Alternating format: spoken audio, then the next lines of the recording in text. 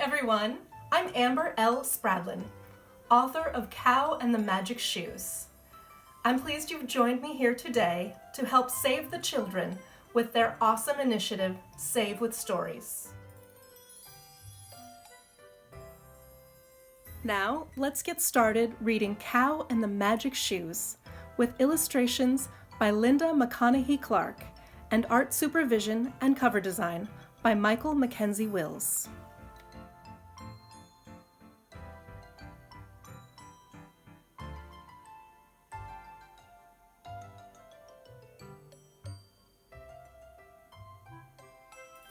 Special thanks to our sign language liaisons, Angela Langone,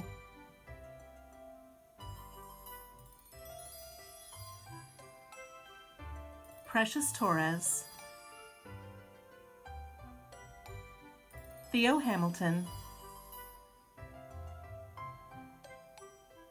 and Sarah Wainwright.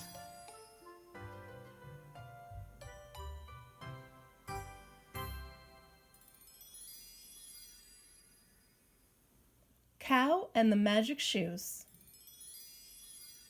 The glow of a warm fire illuminated the gentle hands of a cobbler, who sat at his bench crafting a pair of shoes. His name was Francois. Around the room danced his young daughter Bernadette. The pair lived above Francois's shoemaking shop in Paris. From sun-up to sundown, Francois worked to provide a home and put food on their table.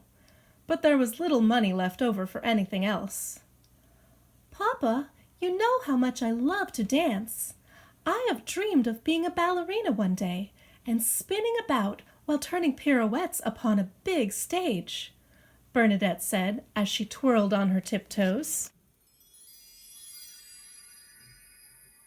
"I know dancing school is very expensive, but I think I found a way that I might be able to attend. I saw a poster in the town square that was advertising auditions for a scholarship to the National Ballet School, and I would very much like to try out. Can I, Papa?" Bernadette inquired. "Bernadette, you are the light of my days, and I want for you to be happy. Of course you may go," Francois told her. "I will need a pair of proper ballet slippers for the audition. Can you make them for me?" Bernadette asked. "Making shoes for dancing is very different from making shoes for walking. I'm afraid I do not have the skills to make ballet slippers. However, when I was a young apprentice, learning my trade, my teacher once told me that cows make the best shoes. I will take the rowboat downriver to the countryside in order to find a nice cow to help us out," Francois explained. "Oh, Papa, you are the best father in the whole wide world," Bernadette said. "I must go to my room and practice." Later that day, Cow was sniffing daisies along the river's edge at the far end of the pasture, out of sight from the rest of the herd, who were spending their day closer to the barn. Cow liked to smell the wildflowers, and today he had smelled almost every flower from the barn door all the way to the river. Cow was enjoying the scent of one particular posy when he heard a voice calling.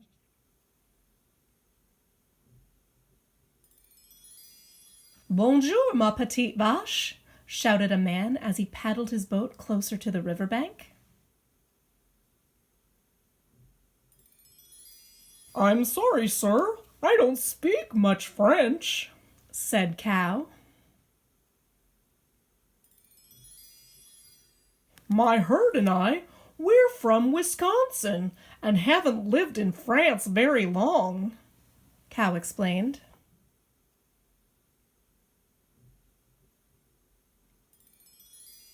"That's okay, my friend. I also speak English. My name is Francois. I am from Paris. To work in the city, you must know many languages. I said, 'Hello, my little cow,'" Francois explained.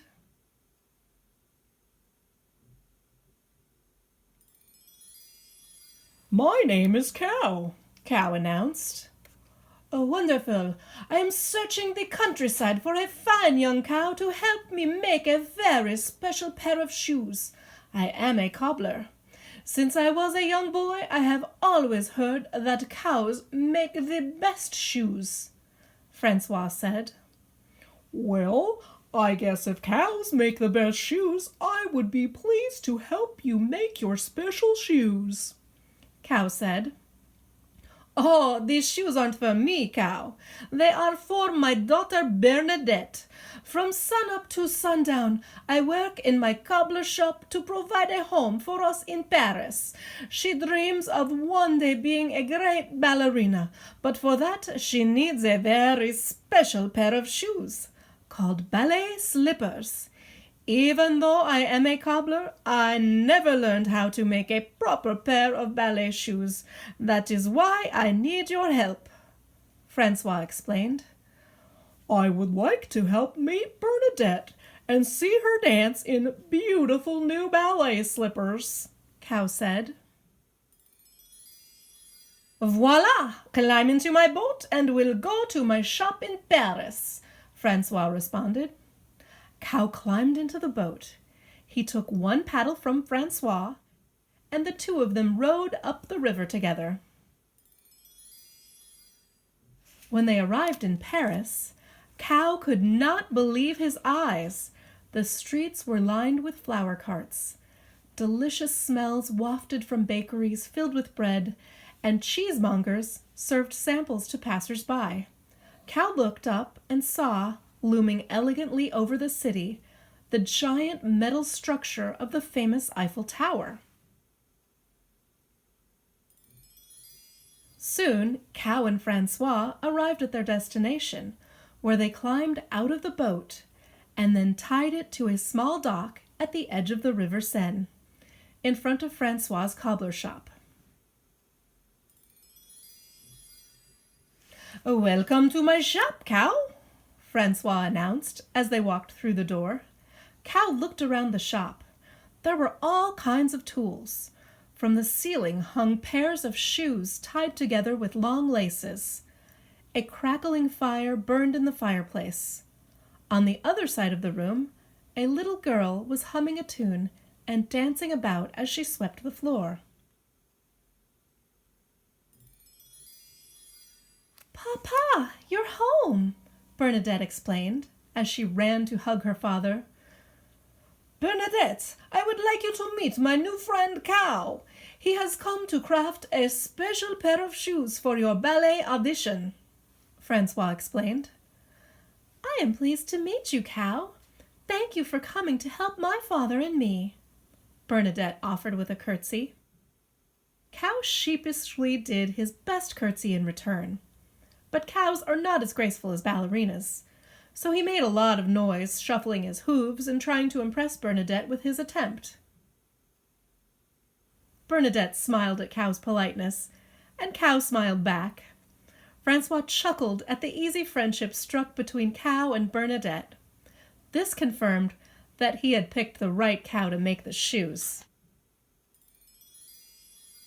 Francois collected tools, yards of creamy silk, and spools of shiny pink ribbon, and brought them to the workbench for Cow.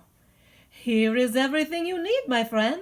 Bernadette and I will go upstairs and leave you to it, Francois said. See you in the morning, Cow, Bernadette muttered. I know you will make the best ballet slippers in all the land, Francois said encouragingly, before ushering Bernadette up the stairs to the second floor of the shop where the living quarters were located. Cow began cutting and trimming, smoothing and wrapping, and sewing and lacing, as he worked on making Bernadette's new ballet shoes. Cow continued trying to craft the shoes until late into the night. He tried his best, but as he looked down at the half-finished shoes sitting on Francois's cobbler's bench, his heart sank into his stomach, because they were a sloppy mess and looked nothing at all like ballet slippers. He opened the window to get some air. Perhaps some cool night air will refresh me. If Francois says cows make the best shoes, then I'm sure I can make these ballet slippers. Bernadette is counting on me," Cow said, encouraging himself as he sat down in a comfortable chair near the window to take a break. Cow gazed out at the skyline of Paris.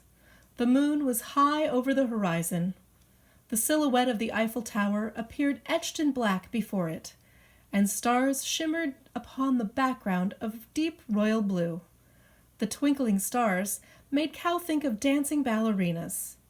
He imagined Bernadette taking the stage at her audition and winning the scholarship while wearing the shoes he had made.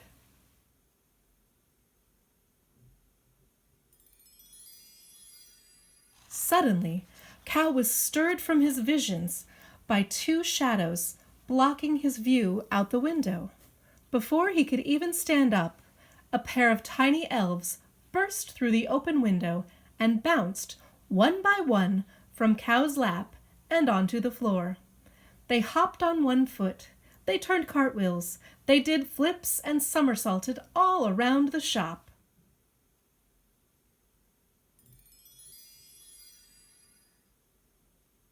"Helper elves are we come when you can't see. We whirl around all over town and fix things 1, 2, 3. The elves sang merrily.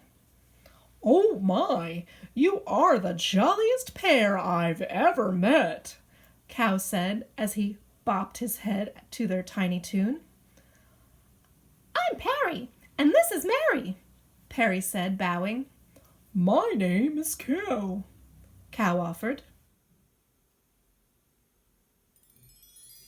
"We sensed you needed our help and came as soon as the humans went to bed. I'm going to tell you a secret," Mary whispered as she leaned in closer to Cow's ear. "Only animals can see elves, and that's why we couldn't get here until the cobbler and his daughter went to bed." "I'm very pleased to meet you both," said Cow, marveling at the two little creatures. "By the looks of those ballet shoes over there, it appears you and the cobbler need some help. I think we came just in time," Perry told Cow. Cow explained to Perry and Mary all about Bernadette's ballet school audition. He told them that he had learned from Francois that cows make the best shoes, and about how hard he had been trying to make the most amazing and special shoes he could. Then he listened as they explained their plan for using elfin magic to whip the ballet slippers into shape. "When they're done, these slippers, ooh, Cow, not only will they be beautiful and fit perfectly, but they will also be magical," Mary said with a sparkle in her eyes. "You know, Cow, for the very first time as a cobbler, you made a valiant effort, especially considering you only have hooves to work with. This is a good start. We'll take over from here," Perry told Cow. Perry and Mary took off their matching brown feathered hats, and each did a backflip, landing silently upon Francois's cobbler's bench. With a twirl of his finger, one ballet slipper flew on a current of stardust, landing on the bench in front of Perry. Mary twirled her finger too, and the other slipper also rode upon a ripple of stardust, settling into place before her. Cow watched as they molded and folded and hacked and tacked at the petite pair of shoes, which Cow had begun making earlier that evening. Perry and Mary enjoyed this task. They sang while they worked, and after a while, Cow learned their song and began to sing along, which made the hours fly by like minutes. Finally, with dawn soon approaching, and the embers only aglow in the fireplace, Perry and Mary dropped their tools, snapped their fingers in unison, flubbed, flipped, and fixed. 1, 2, 3.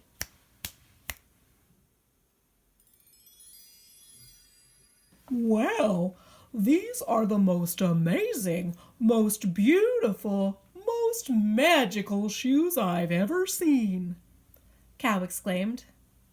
Thank you, Cow, Mary stated. They don't call us helper elves for nothing, Perry said, giggling. Now we'd better disappear before the humans wake up, Mary said. Indeed, Perry said. The cobbler and his daughter will be getting up any minute now. Yes, said Cow. The National Ballet School audition is only a few hours away. I can't thank you enough for helping Bernadette. Our pleasure, Cow. Now remember, don't tell anyone we were here. Like we said, only animals can see elves, Mary and Perry reminded him. As a farewell gesture, Perry and Mary saluted Cow, and then their brown feathered hats floated off of the table and onto their heads.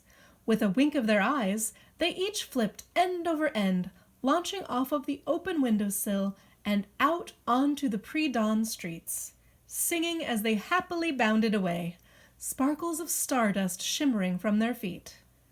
Helper elves are we come when you can't see, we swirl around all over town and fix things 1, 2, 3. Cow continued waving out the window at Perry and Mary until they disappeared into thin air. Cow, these ballet slippers are exquisite, came the voice of Bernadette, breaking the silence of Cow's mystical movement. Stunning, ma petite Cow. The ballet slippers are the loveliest I have ever seen. My, how they glisten, Francois said admiringly. It is true, Cow makes the best shoes.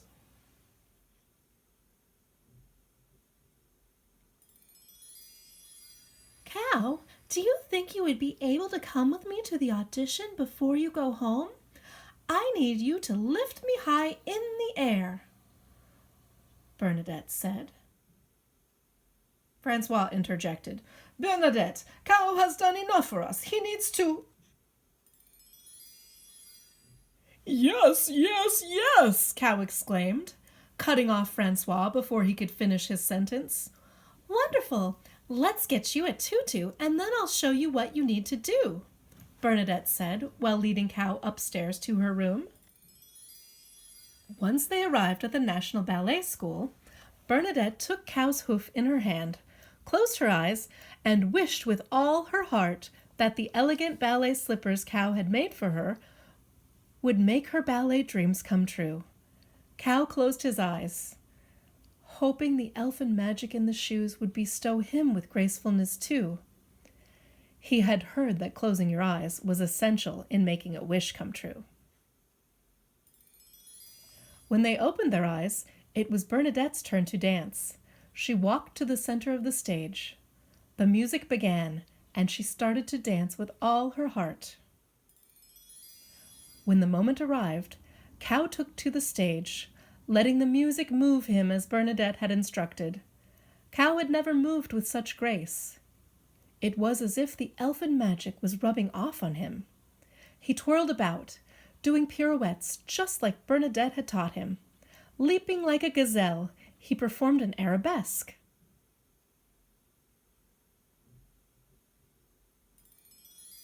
With a bend of his knees, he plied while grasping Bernadette's waist, and then gently straightened himself again to lift her into the air. Ballet is fun, he thought to himself. When the audition ended, Bernadette and Cow took their bows. Immediately, the judges began to applaud, granting Bernadette entrance into the National Ballet School and awarding her the scholarship. Cow kicked up his hooves with delight, and Bernadette ran to hug her father. Yay, Cow! You were terrific! I couldn't have done it without you, Bernadette said, smiling. Cow desperately wanted to tell her all about the jolly evening he had with the elves, but he had made a promise to Mary and Perry that he wouldn't tell the humans. Instead, he just smiled, with a knowing gleam in his eye. After the audition, Cow, Bernadette, and Francois started to walk back to the cobbler shop. Along the way, they passed a train station, which made Cow think of home. The farm was located near a railroad track. I've had a wondrous time here in the city, but the train has reminded me that I ought to get back home to my herd. But I sure did enjoy learning to dance the ballet, Cow said. We're grateful for your help. Cows truly do make the best shoes. Francois thanked Cow with a shake of his hoof. Cow, the best thing about these ballet slippers is not only did they help me at the audition, but they led me to you, Bernadette said.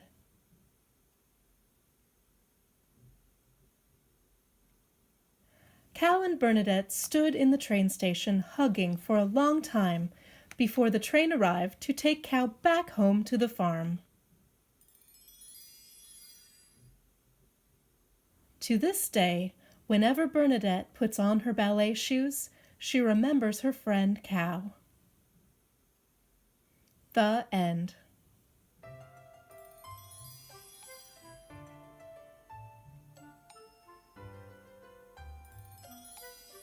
Now that you've met Cow, I encourage you to write your own story and do an illustration of Cow's adventures so that you can save with stories too.